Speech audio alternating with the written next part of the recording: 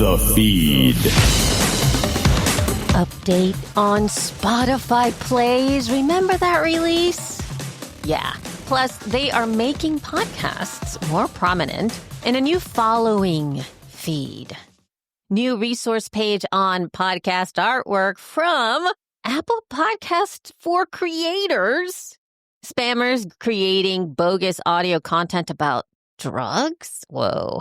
The new weekly top podcast show chart on YouTube. And our stats section is all about an estimate of podcasts that get over 10,000 downloads per month. Hello, I'm Elsie Escobar, Director of Community and Content for Libsyn, and this is episode 294 of The Feed, the official Libsyn podcast, the podcast that takes it beyond how to podcast into keeping you podcasting, with podcasting tips and information for the everyday podcaster and taking you inside Libsyn. Now, if you are starting a podcast or simply looking to find a home for your podcast, use the code THEFEED, all one word, to get up to 2 months free. Now, if you would like to get featured on the show, please send in your 30-second promo. How do you do it? You attach it to an email and you send it over to thefeed@libsyn.com. If you don't have a promo but you want your voice on the show, you can ask us a question or add to the conversation that you hear in an episode. Send us voice feedback. You can call us 412-573-1934, or you can use SpeakPipe at speakpipe.com/thefeed. Everything is done via email. It is first come, first serve, with a dash of if we get to it, if it fits, or, oh no, we have to push it to the next episode. And now on to our main conversation with Rob Walsh, VP of Podcaster Relations at Libsyn, as well as my co-host. Are you ready? Let's go. Hello, Rob. Good generic time of the day, Elsie. How you doing? Here we are. We're almost, are we going to be? No, we're almost in June. Can you believe that? 6 months into 2025. By the time people hear this, it will be June. Will it be? Yes. Is it? This is Oh my coming out God, June. it is going to be June. It's 3rd. already June. People, it's June. Yes. Good Lord. We're recording May 29th. Yes, we're recording May Yes. 29th as typical, normal Thursday before. Oh my God. All right. Anyway, holy monkeys, do we have an update for you all about the whole, remember the Spotify conversation that we had last time? And I did add a little bit to the intro, by the way, Rob. I did kind of record the sort of change, the amendment. It's as if it never happened. So just in case you want to catch up, you can listen to our past episode 293, where Spotify announced that they were going to disclose all of your Spotify plays for everybody to see. And a lot of podcasters got very upset by this because they didn't want anybody to be looking at their business without consent. So Spotify was shocked by this whole pushback, and they did amend what they were going to be putting out, and they decided to only allow, oh my gosh, if your episode hits 50,000 plays. On an individual episode, not all your episodes combined. Correct. Not all time, not in a month, but Correct. for an individual episode, once that episode gets to 50K, forget what your other episodes have done. Then you can get a badge for that episode. Now, let's put that in perspective. To get to 50K, we talk about the median and mean numbers on the show in the last episode. We were talking about you're in the top 1% if you're greater than 30K. And to get to 50K, basically putting you close to the top 0.5%. And if Spotify is typically 20% of downloads, that means you're like the 0.1% of shows are going to hit 50K in maybe 0.2%. So, we're looking at 1 or 2 shows out of 1,000 are going to get to that level. It's like a needle in a haystack. If you find this, it's like finding the hidden badge that when you walk around the Disney park, there's those certain badges that only like 1 out of 1,000 people have, the workers that you want to trade for. It's like that. I mean, it's a lottery. And so it's not going to impact almost any podcaster. So the good news is for all the podcasters that were concerned that it was going to make their podcast look bad compared to others, don't worry about it because no one's going to see these badges. You're not, unless you look for Rogan, you look for Lex Friedman, look for Hardcore History, you'll find it. But outside of that, nope, not going to be there. I'm going to put a link to the page, by the way, which is the same page as it was before, but they did put a little like blurb at the top where they updated it on the 16th of May, which was the day after we recorded. And of course, you can still see all of your precise numbers according to them in your, of course, your private dashboards and all of that stuff. But in terms of the front part, you can get a 50K badge, you can get a 100K badge, and a 1,000,000K badge. So there you have it. But the interesting thing is that they kind of scrubbed the original release sort of out of all the places because then they just sort of removed the this is coming kind of a thing and they just have this now. So this is the message. So if for some reason you start podcasting, in 6 months and you won't ever know what these, it was a blurb. Is that how you say it? A blip, not blurb, a blip. In the universe, you will never know that at one time, all your stats had the possibility of being seen publicly. Yep. They rewrote history. Yeah. Oh, my God. But we also had some more, another release, this time from Apple Podcasts. Okay, so wait. Before we talk about Apple Podcasts, do we want to talk about what's written at the top of that page first? You mean the Spotify page? No, the Apple Podcast page before we talk about the design stuff. Oh, yes. Okay. So let's go ahead. And so we're talking about this page, podcasters.apple.com/design. Okay. Mm-hmm. There was a release that I got I caught and I was like, oh, there's a new release. And I tapped through and I noticed that at the top of this new podcasters page, this support page, there's new language at the top of the page that it says Apple Podcasts for creators. So Ted, were we missing this all along or is this a new change, the for creators?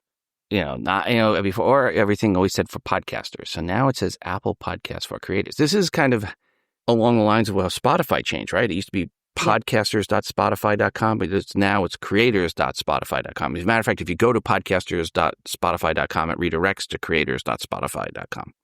Yeah. So Apple, are you following Spotify's lead on this as well? Just, Ted, did we miss this? Is this brand new or has this been this way for a while and Elsie and I were completely oblivious to this? I mean, that was the first time that I've noticed it. Again, I have no idea when and if that subtly changed. The URL still says podcasters.apple.com. I don't know if it's going to change at any time from that URL, but we'll keep an eye out on that. But alas, that is the thing that we see now. But given that, there's a new page or maybe an updated page because I actually don't remember this either. But at podcasters.apple.com/design, the top part of the page just says, take the guesswork out of artwork. You covered with design resources for cover art, episode art, and more. And it's a really easy to navigate, beautifully aligned page here where you can find everything very simply on how to find everything that you need for creating the best looking artwork as possible. So they have a little artwork guide at the top that is like Artwork 101, a link through to an article for that. Then it has access to template library. It has the rules. It has artwork rules on what you can and cannot do with podcast art. And it's also with reviewing some artwork policies. All of this is click through very easily. And then it also provides more information at the bottom of the page about host and guest images, marketing resources, and they also have information about Canva, which is what brings me back to the next part here, where right at the top of the page, before we go to the Canva of it all, there is an Artwork 101 link. And that one goes over to podcasters.apple.com/artwork-guide. And when you go to that page, it really breaks down. This is one of the things I thought this was beautifully laid out too. It lays out all of the different areas in which your artwork, your show artwork would show up within Apple Podcasts, because there are many different parts of it, especially if you are either going to be for different situations. If you're being featured, if you happen to open up like subscriptions within Apple Podcasts, or if you have a network, there's all of these different areas that your artwork is going to be featured. And this breaks it down for you so that you're able to see, oh, I see when I have chapter art, it's going to show up like this. If I have a show hero page, it gives you exactly what that is. Channel artwork, it shows you where that's going to show up in all the different channels. And so you'll start to learn the language around that and also show where it's going to show up, which is really a fantastic source. Now, they did forget one thing in the specs. Oh. Less than 500 kilobytes for the file size. Apple refuses to put that in there, but we see it when there's a slowdown in updates of podcasts from time to time. It's because the artwork is 8 meg, 6 meg, 4 meg. Large episode and show level artwork can randomly cause your show to delay in publishing in Apple Podcasts. And we've seen this over the years, and simply changing the artwork is the only thing we do. And then all of a sudden, magically, the show starts working. So just make sure whenever you're doing any changes to your show level artwork, two things. They didn't mention the other one. Was one, keep your file size under 500 kilobytes. Two, when you change your show level artwork, change the file name. If it was logo.jpg, the next one should be logo2.jpg, logo3.jpg, logo 4. Don't have the same file name as previous artwork, because Apple won't know that it's updated and it won't update in their system. So make sure you change the file name and make sure the file size is under 500 kilobytes. 2 additional specs to go along with everything else that Apple put in there, which was great. And many of the things we've talked about over the years about, don't have your show title in the bottom 15% of your artwork, they show why in some of those images. Keep your show title up above the top 85% of the artwork. Yeah, it looks great. Oh, and the other addition to this also is their partnership with Canva. And there's a link straight through that where if you click through over to the Canva page, because it is linked through there if you want to check that out as well, it has sort of pre-crafted templates that are super easy to edit and adjust and personalize for your podcast. It has all the steps. Choose the artwork, customize the design, check the safety zones, which they've already added in there for you. So you're able to see it, and then you export it out. It's really nice to be able to see all the different ways in which you can create easily podcast artwork and personalize it. They also have the other graphics that go along with your podcast, like your channel icon, your channel logo, the subscription icons, and the episode artwork. So they have all of that stuff outlined there as well. So you're able to see all of that. And it's just a really wonderful execution. Hats off to them because, I mentioned too that Apple, as you know, we've been saying this on the show for so many years. They are so visually focused. The aesthetic and what people see within the entire ecosystem of Apple overall is a very clean look. They care about the way things look. And graphic design is not an easy thing when you've never done that before. And, just because you happen to be an incredible audio producer or you happen to be a super amazing podcast host, somebody who has hosted many things and you have a talented actor, it doesn't necessarily mean that you are also an amazing visual designer. And this makes it really easy. So I really love it. You will not get featured if your artwork is not pretty. It is that simple. I mean, this goes back to when Adam Carolla launched his podcast way back when. The Apple team reached out to me and said, "Do you know anyone there? We want to feature his podcast, but his artwork is just so darn ugly. We can't feature it." And I always say to people, if he couldn't get featured with bad artwork, you will not get featured with bad artwork, period. End of story. And Apple has always, for 18, 19 years, always had that aesthetic. You have to be pretty artwork-wise to get featured. And the thing is, there are a lot of places where the graphics go on a website and or an app.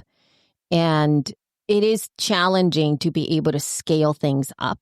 That's another thing that's kind of hard for a lot of the layperson. If you're really into graphic design, of course, you know all of these different things. But for a lot of podcasters, they've never really had to deal in the same way that a lot of podcasters have never really truly had to deal with audio overall, and maybe are starting to learn the difference between WAV files and MP3 files, what's compressed, what's not. Same thing with artwork as well. That has different types of specs. They look different at different sizes. And especially with TVs coming into the mix now, when people are seeing a lot of the stuff on big, giant TVs, your artwork needs to be able to scale up and down and all of this stuff. So this actually makes it easier for you to be able to see that. And one thing that I really loved about the Canva page too is they do talk very much about your artwork for your actual show in all of the different ways. But if you scroll down the page to, they do have other ways, like they have social media posts added to there. They also have story, which is again social posts, like the vertical story type posts. And they even have ads for your show. They have a little, like a way in which you can put a little tiny leaderboard ad in different places, and they're already pre-crafted with the Apple Podcasts little logo added to the mix so that you're able to create graphics that are promoting your podcast, that are above and beyond having just the general show graphics over there too. So it just gives you an opportunity to have a place to start with, because I know that's challenging too, just that first step. They provide you with the first step. You're then able to personalize according to what you need. So I like it. Very cool. Good for you guys. Good for you, Apple Podcasts and Canva. Nicely done. Nicely done. All right. Back to Spotify. So yeah, we got a bunch of Spotify stuff in this episode, but there's some new features. You want to talk a little bit about what Spotify rolled out this week? Yeah. So it seems like this last week, they announced a handful of new features designed to give podcast a more prominent position in its app. And this is the direct quote, by the way, from an article from TechCrunch that says, quote, "To give podcast a more prominent position in its app as it battles with Apple and YouTube to become users' preferred podcast streaming destination." It says that the company will begin recommending podcasts on its homepage and provide a following feed for staying up to date with the latest episodes of your favorite shows. Soon, Spotify will also roll out new tools for podcast creators to recommend content and better engage with their fans in comments. So wait, so that's like a playlist feed? I understand that, right? Like it's a playlist of your favorite podcasts. It's a feed that's created that just puts in new episodes of your most favorite podcasts. Is that? You know what, Rob? I'm at a loss here. I'm being a little snarky here. I'm a little bit at a loss. I honestly have no idea. I'm going to look at it. I'm going to go into my Spotify and be able to figure that out. I don't believe that this has been full on released everywhere as of yet, from what I have read. And it's just starting to roll out. Now, I think that the part that I'm confused about, and I think it's probably coming from a biased perspective because I have been consuming podcasts for a long time.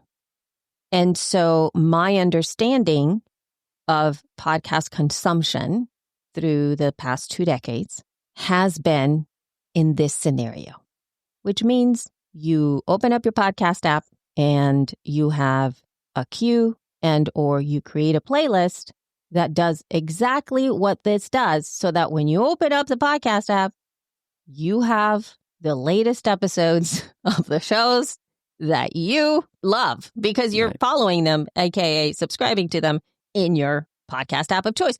Isn't that what that's supposed to do? Yeah. I guess this is their way of having a playlist. That's what I took away from it. That's Hello Castro, circa 2015. Correct. That's what I'm so confused about.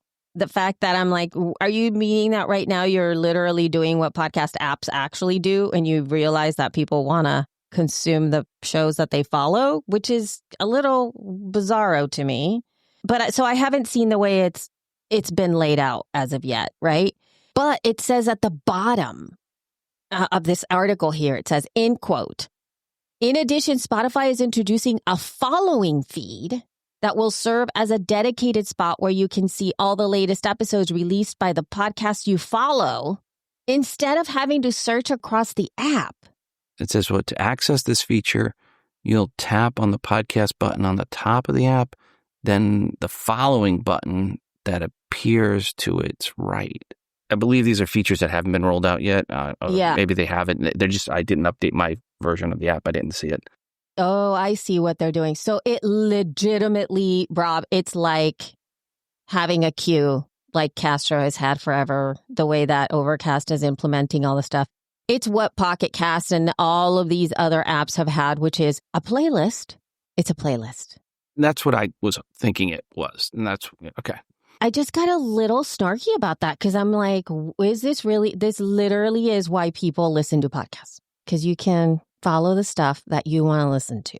Mm-hmm. And none of the other things are in your way. I wonder if it's going to be a true playlist where, Castro, you can rearrange your playlist to get it in the order you want. And other apps can do that as well. I wonder if there's going to be any rearranging or they're just going to do it based on the most recent. Yeah, I think that the reason that I'm so kind of grumpy about this is because Spotify is making decisions for me in the way that Netflix makes decisions for you to deliver and bubble up content that most aligns with the type of content you have consumed. Within Netflix, I'm okay with that. I don't mind the algorithm and the discovery within Netflix, to me, feels kind of intuitive. They know what I'm listening to, and they usually bubble up content that is of interest to me. I don't push back against that. And I think because of the fact that I've been listening to podcasts for such a long time, I have a way of consuming, and my podcasts are my podcast. I'm actively seeking the stuff and putting it in there. I almost never am sitting back going, I don't know what to listen to today. That doesn't pop into my head. I have so many podcasts to listen to that I have chosen that I'm not in a position of going, I'm looking for a new thing today. I just happen to have bazillion episodes available to me. And Spotify is offering up all of this content based on what they perceive to be my taste, and none of it is in alignment with what I want to listen to at all. But I'm sure that it's there because I don't really use Spotify, and I usually only use Spotify when I'm doing research on stuff. So it's thinking that I like the things that I've tapped through. Yeah, mine is, I do a lot of testing of shows, just to make sure everything's working. So my Spotify is such an eclectic mess. When I go in and look at it, it shows me what I've listened to. Sometimes I'm like doing screenshots with people. I'm embarrassed of the things that are up there. I'm like, That's how I feel. That's not what I listen to. That's exactly how I feel. I walk in there and I'm like, I don't want this popping up. If somebody looked over at my Spotify like landing page, if they opened up, they'd be like, who are you? Yeah, exactly. You are not the person I thought you were. Yep. And it's like, that is not me. That is not correct. Anyway, let us know what you think about this. I'm sure that there's Spotify users out there that are like super into it. And if you love Spotify, let us know what this is like for you. And if this is something that you're like, yes, so excited. I'm going to have to hit up my kids because they do listen to their podcast on Spotify. So I'll see what they have to say. And I guess now sticking to Spotify anyway, we're going to be talking about some trouble that it seems like they're getting into. Yeah, okay. So this first part here is a quote that comes from CNN article titled, Spotify Removing Drug Sales Podcasts. Here's the quote out of the article. Quote, if you search Adderall on Spotify's podcast page, you'll find health podcasts about ADHD, shows about addiction recovery, and comedy podcasts where hosts talk about using the medication. You may also come across multiple pages masquerading as podcasts that direct users to buy drugs from potentially dangerous and illegal online pharmacies, unquote. Ooh. Yeah, so long and the short, there were some spammers creating bogus audio content, likely all with AI, that was nothing more than content telling people to go to sites to buy from online pharmacies. This sounds like content that's not very good, not likely to get any real audience at all, and much more of a headline than a real issue. And when I first read this, I thought, wow, what a big nothing burger. Podcast content people choose not to listen to. Okay. To my surprise on this story, when I read another article about this that said, quote, the issue has led U.S. Senator Maggie Hansen to demand some answers to the Joint Economic Committee from Spotify about how it's addressing the problems. In a letter to CEO Daniel Ek, Hansen is asking Spotify to provide details by June 12th to its moderation policies and what procedures it uses to combat drug-related content on its platform. She also asks for specific numbers on how many podcasts and episodes have been removed and data on how many users have interacted with the podcast, unquote. And then they actually have a quote from Hansen, what she said to Elk, quote, addressing these threats requires an all-hands-on-deck approach. And based on recent reports, Spotify has not exercised the level of diligence needed. I urge you to take action to prevent fake podcasts that facilitate the illicit sale of drugs, including those that could contain fentanyl appearing on your platform, unquote. Wow. That went from like 0 to 1,000 million very fast. Wow. Yeah. What a waste of time and taxpayer money. There were likely just a few dozen people, if that ever interacted with each of these podcasts. I did find one of these still in Spotify. It was not on an Adderall one. Those seem to have all been purged. So I looked for what's the most advertised pills on television? Yes, I searched for Viagra.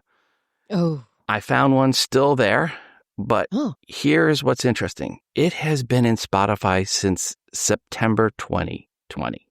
Oh, actually, September 2020 was the last episode. It was generated with AI back then. So it's an AI female voice. And it's also in Apple Podcasts with 0 reviews in either Apple or Spotify for a show that launched in 2019 with 25 episodes. The episodes are about 6 minutes long, give or take a couple minutes. And the one I found had a title about how to get the E part of ED without pills. But then at the end of the episode, after talking about healthy lifestyle, it says, if you still have ED, then go to this site for 40 milligram tablets. Point is this, I was probably the only person that ever finished that episode, be it at 2x speed. And this is not a new issue. And if not for the PR and a senator putting her 2 cents where they don't belong, would not be an issue at all.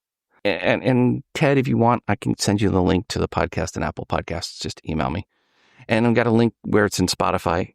So Paulo, if you're listening, let me know and I can tell you where that one's found. But the point is they are there still, and they've been there for a long time. This isn't something new that popped up. And guess what? It's not surprising. Spammers try lots of things. This literally, there's no reviews, none, not a zip for either show in 5 years, 6 years since this show's launched. Nobody's listening.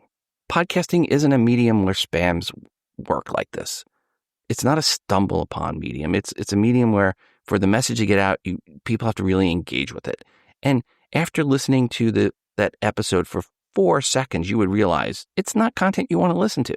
It's with a really choppy AI voice, and it's clear it's not a human, and it's clear the content isn't any good. I still think it's a big nothing burger that a senator wanted to get some PR about. So there, you got it, Senator Hansen. Kudos. Good job. Good job. I don't discount the potential issues that might continue to arise with a free podcast hosting platform, the ability to create episodes for free and put them up, especially because of all of the AI voices and things like that could, in this way that these folks are selling, in quote, drugs or whatever, you could really do almost anything. The potential use for harm is there. So I get that. I just feel that focusing just on the drugs of it is missing the larger point, which I do feel needs to kind of think through in the way that dissemination of content sometimes can actually not be the greatest out there for some of these things. And we don't know at the time, you know how people tend to, all the not podcasters, all the icky type marketers can start to find new ways of doing icky stuff. And platforms like Spotify haven't had that kind of regulation before, or even just looking at it before, that things like this could happen. So in that respect, I understand. But my God, shock and awe. I just can't imagine anybody listening through one of those episodes and going, oh, wow, I'm really connecting with this host. I should go to this site. Right. No, I'm going to go buy drugs right now and click on this link. Yes. I can't imagine that any of these spam sites as podcasts caused anyone that wasn't going to already go and buy the drugs to go and buy the drugs. Yeah. I don't mean to downplay the issue of drugs and pushing it, but I just don't see how these podcasts like this are going to connect and cause anyone to go and do something they weren't already going to do. You don't buy your ED drugs from an AI-generated voice telling you to go to a site you'd never heard of. I mean, I think for historical context, again, if we're looking back at the way people generally consume podcasts, I'm not going to go and follow those shows. I'm not going to go subscribe to that show and have it added to Overcast, because that's how I listen to podcasts. It's not going to happen. I'm not even going to see these. I'm sure these podcasts are in Overcast and everywhere else because it's in Apple's podcast directory, this one. At least. Exactly. Yeah. But what I'm saying is they're not in my face. They're not popping up in my face. Right. I can add it, but you know, why? All I'm saying is it's a curated experience that I'm having for my podcast. Nobody's ever Overcast does not suggest to me content when I'm in it. I'm consuming the content I have chosen to consume. But if I'm going into Spotify and I happen to click through something, or let's say I am doing research on ADHD medicine, and I happen to have consumed a couple of podcasts about medication, and now the algorithm within Spotify has found that that's the thing that I'm searching for, and it now starts to bubble up all of that AI content, pushing me fake drugs. I would be annoyed, but then I would never have found them if I just happened to grab the episodes that I wanted to listen to about Adderall and listen to them on Overcast. I wouldn't have that problem. So I think that the algorithm within Spotify and the way they're making discoverability easier for people might also prove to be problematic for things like this. But anyway, but that's like a lot. It's just a very extra. All right. And now moving on to YouTube. We haven't talked about YouTube really fully in this episode, but this was announced right after we finished recording in the last episode. So it's not necessarily news, but we haven't talked about it on the show. And this is the announcement. Quote, today we're announcing a US-based weekly chart to showcase the most popular podcasts on YouTube. Every Wednesday, the weekly top podcast shows chart is updated with podcast shows ranked by watch time. Generally, charts will include playlists that are designated as podcasts by the creator in the upload process and will not include playlists that contain only clips or shorts. How about that, Rob? What are your thoughts about this? It's good that they say what the basis is, and it's consumption. It's during that weekly period. The first week, Rogan was number one, but for the week of May 19th to May 25th, Rogan was number two, and Rotten Mango was number one. Rotten Mango is a true crime podcast. Kill Tony was number three, and Kill Tony is friends with the Rogan, so it's part of the whole Rogan brosphere, where producer Red Band used to be with the Rogan, and they record it out of the mothership. Oh. It's as Rogan as Rogan can get, and Kill Tony has a Netflix special going and whatnot. So, that was number three. 48 Hours is number four, and the Midas Touch jumped up to number five. I think the first week it was way down. So those are the top five for the week of May 19th to the 25th. And it's based, again, on consumption. So we're assuming the most amount of minutes consumed for all episodes combined during that week, not episodes released in that week, but content consumed in the podcast list during that week. I'm assuming that's what it means, right?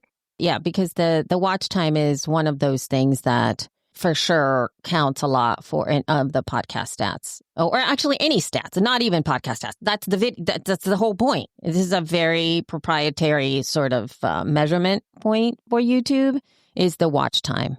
An interesting list. Again, many on the list, not surprised, who would be there. So it's another place to look, but this is what people like on YouTube, and it'd be interesting to, compare maybe as we, Apple's list, if you look at top shows, is new subscribers in the last week. And then you can also look at top episodes, which I think top episodes is going to be a better comparison to what this weekly podcast one is. So if you go and look at top episodes consumed in Apple Podcasts, I think that'll give you a little bit more of a comparison to this. Another place for people to get charged to say, hey, we're bigger than Rogan. And this week it's Rotten Mango, which is a true crime podcast, which is a really good podcast. And she does a really good job with that.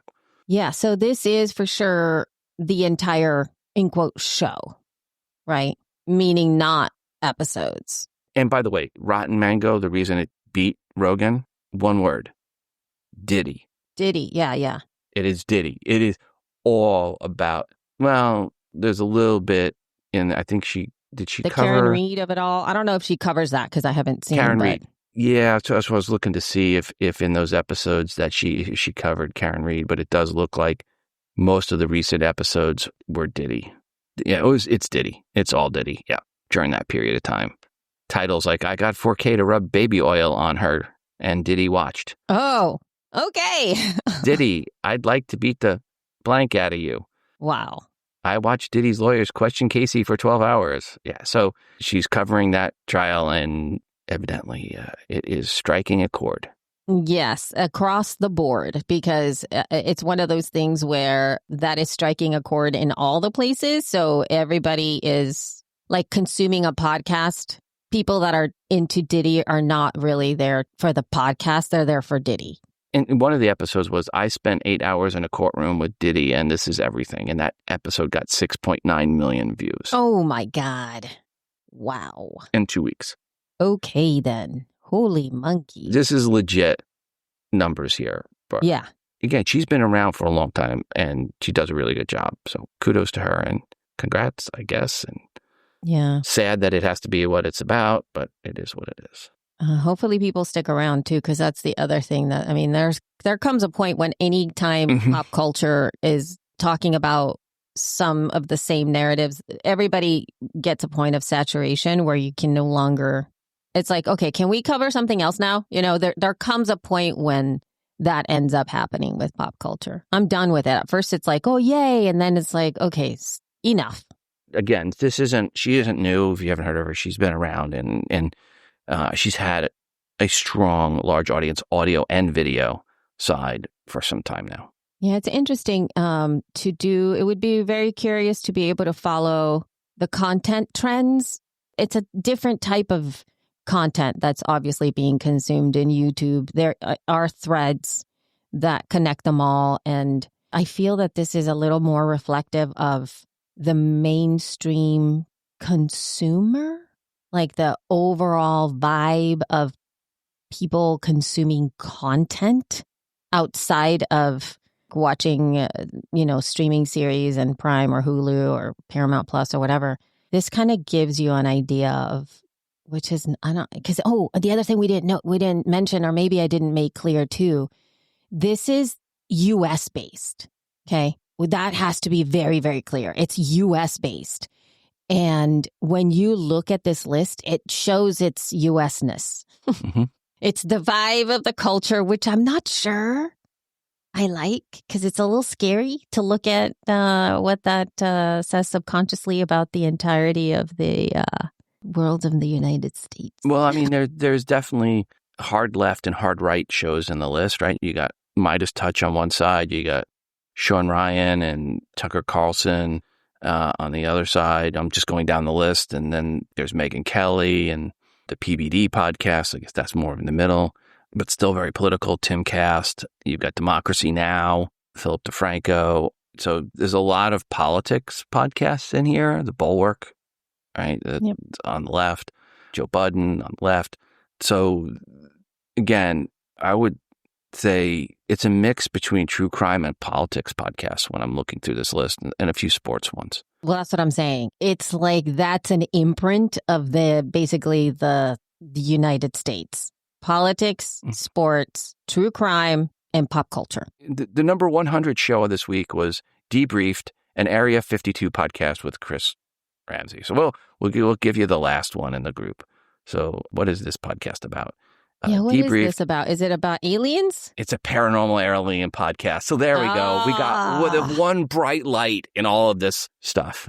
Paranormal aliens added to the mix. There's some hope for society yet.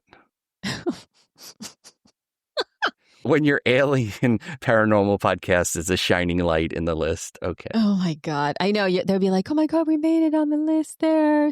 Anywho. All right. Well, I also found another service here called, it's actually a nice URL, don't you think, Rob? Listener.com. Yeah. I don't know what. I mean, I'll let you say what you. Yeah, I'm actually. Did you sign us up? Is that how we got that URL? I did sign us up, but I actually made it private so you can't really see, because I kind of I did email them going like, I need you to set this up for me. So listener.com is kind of like I think that the people who created this saw the problem of not being able to have a succinct, easy way for podcasters to share their data with potential sponsors and advertisers, and to be able to have like a public way for them to share that, plus having media kits and things like that all in one place that looks really nice, like a little dashboard for you to be able to put that out, because people are constantly asking about that in all the places and social. And so this was created so that you could add your podcast in there. If you go over to listener.com, there are different pricing structures. There is a free tier where you can basically add your show in there, and it like compiles all the different places of where your show is. If you, let's say, add your Instagram and YouTube and Spotify and, all of that, it kind of pulls everything where you are together in one place. And I believe, because I haven't added any more outside of for the feed, because I did open up an account for the feed, The only two things that I have connected in there are just Spotify and Apple Podcasts, because we happen to be unique in the sense that our show doesn't have a dedicated, it's not unique in that we don't have a dedicated presence. Meaning, if I add the YouTube, it's the Libsyn YouTube channel. Mm-hmm. It's not the Feed's YouTube channel. If I add any of the social, it's Libsyn's social. It's not the Feed social. So I don't feel that necessarily represents our audience if we were, and that's what I was thinking, like, this is just the Feed. I just wanted to see what it looked like.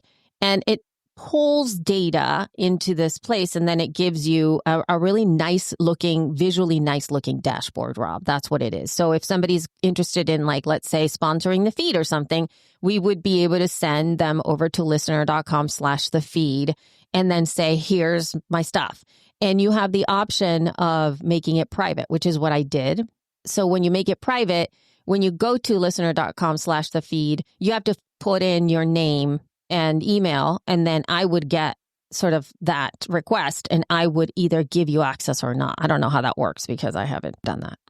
But it looks nice, Rob. It looks pretty. It's a pretty looking thing. The link that you sent me didn't look pretty. When I went to the link, now it says, okay, so now it's different than what I saw last night. Yeah, because I fixed it, because I was supposed to, like, add this information to it and stuff. Okay. So now it shows, now you have to put your name in there, your email address, and like a company as an optional, whatever. And then I would have to give you access to look at that myself instead of having it be public. But you can actually make it public. So if you have your show out there and you really want to show people the scope of your reach, right? You add all of the different places, like I said, your Instagram, your other social channels in there, YouTube, Spotify, Apple Podcasts, whatever, and it compiles everything. So it gives you a visual overview of the potential reach. Okay, so interesting. I went to the form at that page, and I put in my information, and it instantly gave me access to the page. Oh, and so well then, so much for giving you permission. Yeah, so I put in that, and it popped up with the page, and now it's showing about the show. It's showing the Apple primary podcast stats for Apple. It says total fans 0, podcast rating 4.4, number of episodes 301.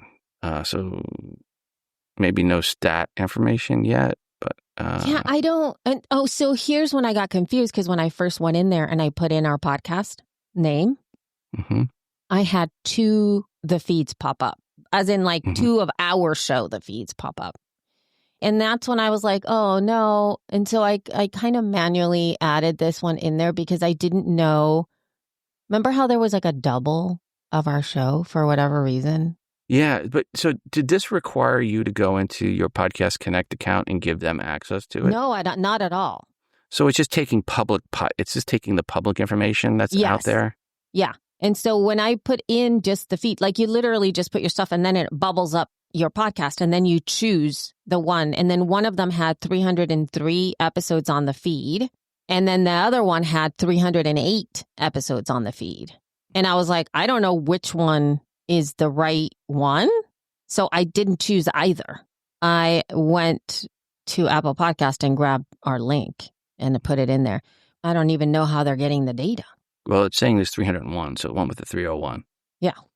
So regardless, it's there. You guys, you can go check it out, and then you can pay money if you want more things. It's pretty. Once it's populated with all the stuff. But I'm not quite sure. I don't know if I would need to pay the money to do it, as of now. But you guys can check it out and see how that works out for you. And I think it solves a problem that some people have for media kits and having to give people your information. It sort of like pulls it in a really nice way for people, and you can share them. And I think it also has the potential to share your stuff, like people can find it. I don't know. I'm still trying to figure out how this all works. But it's interesting. When you create a new pod kit, you can have pod kits. and send those out to people. So, anywho, all right. And I have here a little something. We got a little bit of feedback, and I thought we were going to give him a shout out. So we got feedback that says, "Hi, Rob and Elsie. Since I think you've indicated that no one has podcasts hosted in more languages at Libsyn than Mongabay does, so I thought it sounded newsworthy in case it's something to share on the feed. So we're going to share it. Guess what? This is a shout out for you. And this is from their recent release, PR release, quote, with the recent addition of podcast in French and Bahasa. Oh my gosh, I hope that's right. Bahasa Indonesia. The award-winning 26-year-old environmental news outlet Mongabay now hosts podcasts in 4 languages with Libsyn, the world's leading podcast hosting company. Producing podcasts in multiple languages is part of our nonprofit news outlet's strategy to reach people where they are, in the mediums they prefer and in the language that they use, says Rhett Ayers Butler, founder and CEO of Mongabay. Partnering with a top company like Libsyn to distribute these shows to our global audience just makes sense. Mongabay's French and Indonesian podcasts, now hosted on Libsyn, join existing podcasts published in Spain and 2 award-winning shows in English, and one for a global audience called the Mongabay Newscast, which won its first award in 2024, and another for listeners in India called Everything Environment, which recently won Best Produced Science Show in 2025 India Audio Summit and Awards, and both of which are finalists for awards set to be announced at the Publisher Podcast Awards in June 11th in London. Mongabay is a 26-year-old award-winning nonprofit environmental news platform with 5 bureaus publishing original daily reporting in 6 languages for millions of monthly readers. And for any more information, contact Mongabay's podcast producer and impact editor, Eric Hoffner, over at Eric, with a K, at mongabay.com. Congrats. Right. Woohoo. Thank you, Eric, for sending that in. Yeah. In a recent Nielsen report titled the 2025 Annual Marketing Report from Nielsen, nice original title there, podcasting got a couple of mentions, but the key one is per marketing spend. The share of marketers planning to increase budget by more than 50% in the next 12 months compared to last year's spend. For podcasting, it was 16% of marketers are planning to increase more than 50%. But they didn't say what the percentage were that were holding steady or increasing from 0 to 50 or decreasing, just the 50% or more increase. So I wish there was a little bit more data there, guys. Sorry.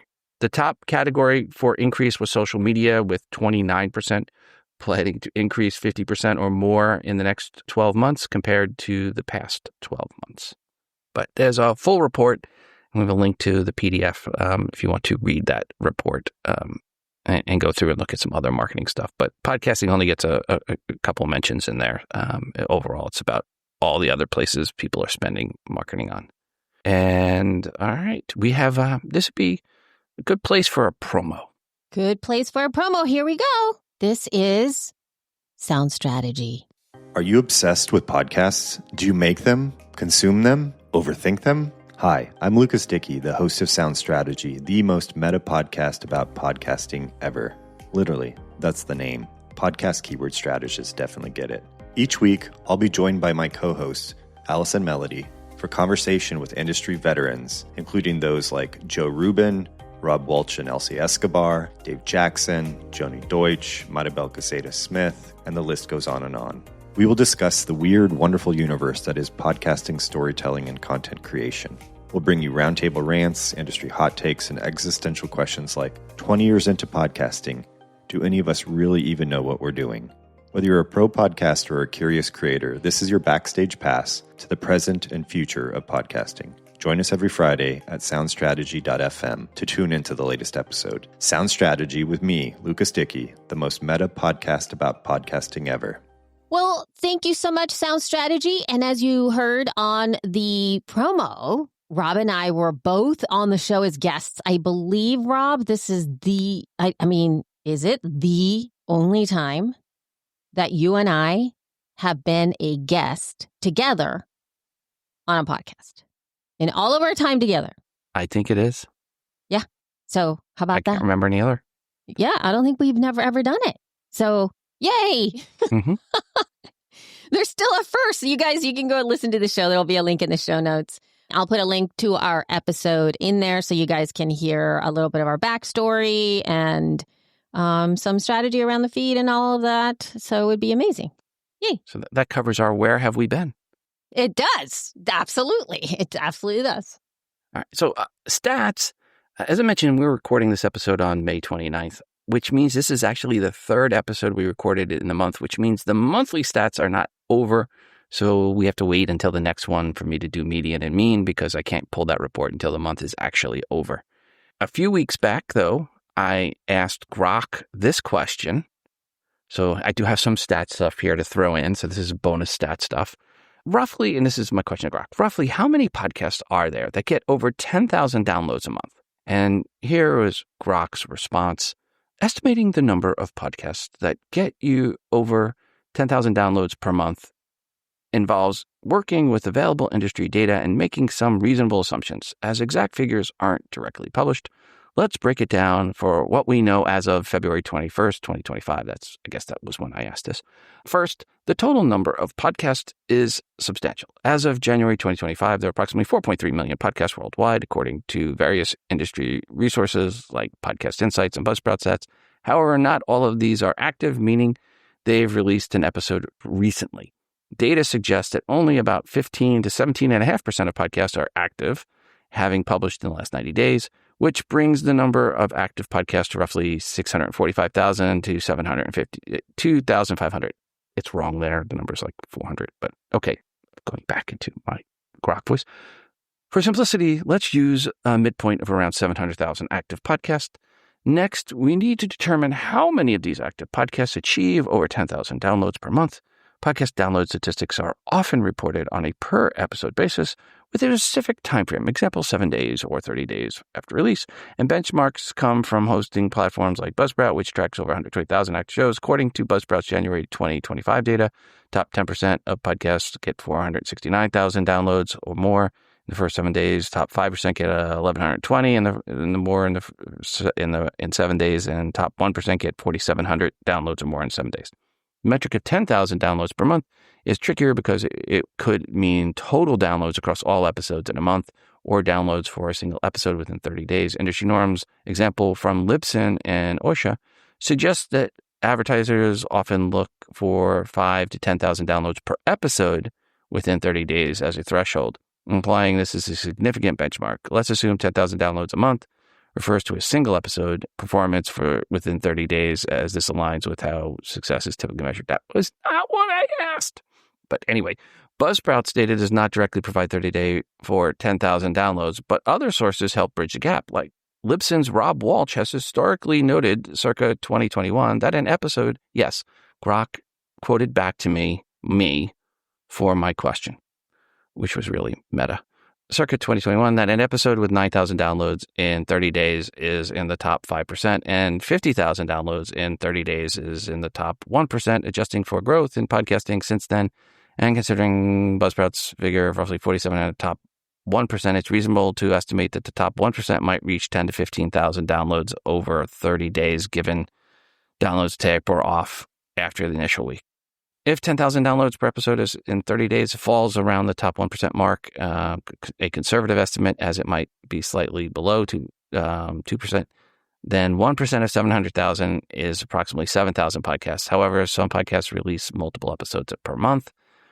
Weekly shows, 4 to 5, yada, yada, exceed 10,000. Let's see, downloads. Okay, so get to the point here. Without precise 2025 data, for the 10,000 download threshold, a rough estimate based on the top 1 to 2% range seems plausible, splitting the difference and accounting for growth in listener numbers projected 630.9 million by year end 2025.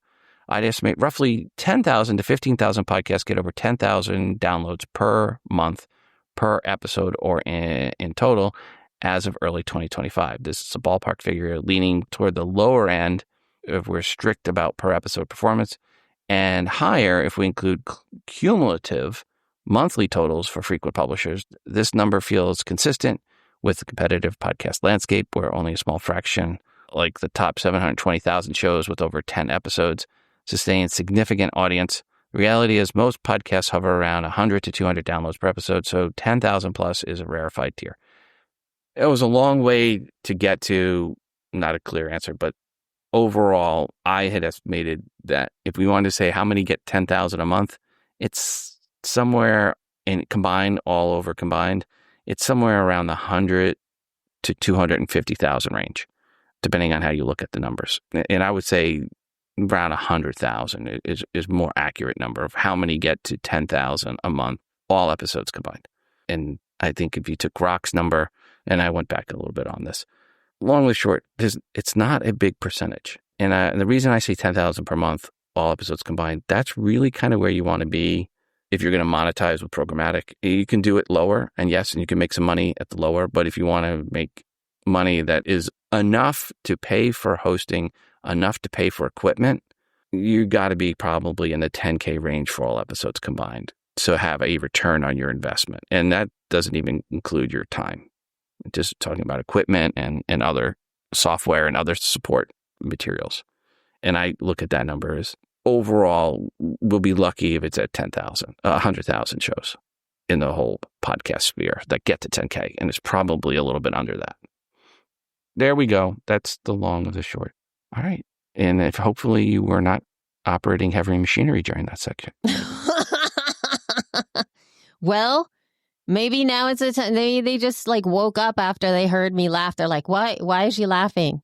Anyway, all right. If you guys have any feedback, anybody? I mean, I think we've already covered where have we been and where are we going, or are we doing that again? We were also at the podcast show in London, which seemed to be a great success from what I have seen, at least in LinkedIn land. There's a lot of people there. Good show. Hopefully we'll have more people there next year. Yeah. And we're going next to Podcast Movement period in August in Dallas. And you already heard where Rob and I have been, so you can click through and listen to another episode where we were featured. But if you have any other feedback, though, you can for sure email the show, thefeed@libsyn.com. And we will talk about what you're sending over, because we talk about feedback on the podcast. It's very meta that we're asking for feedback right now, you guys, because we literally craft this based on the stuff that you guys send in. Okay? Yeah, absolutely. All right. So if you're looking to start a podcast or switch up your podcast home, you can use the code THEFEED for a free month with us. That would be amazing. We would love for you to be part of the Libsyn family. And again, thefeed@libsyn.com. If you have anything to say, you can also call us at 412-573-1934, or you can use SpeakPipe at speakpipe.com/thefeed. All right. Till the next time, folks. Ciao. Bye.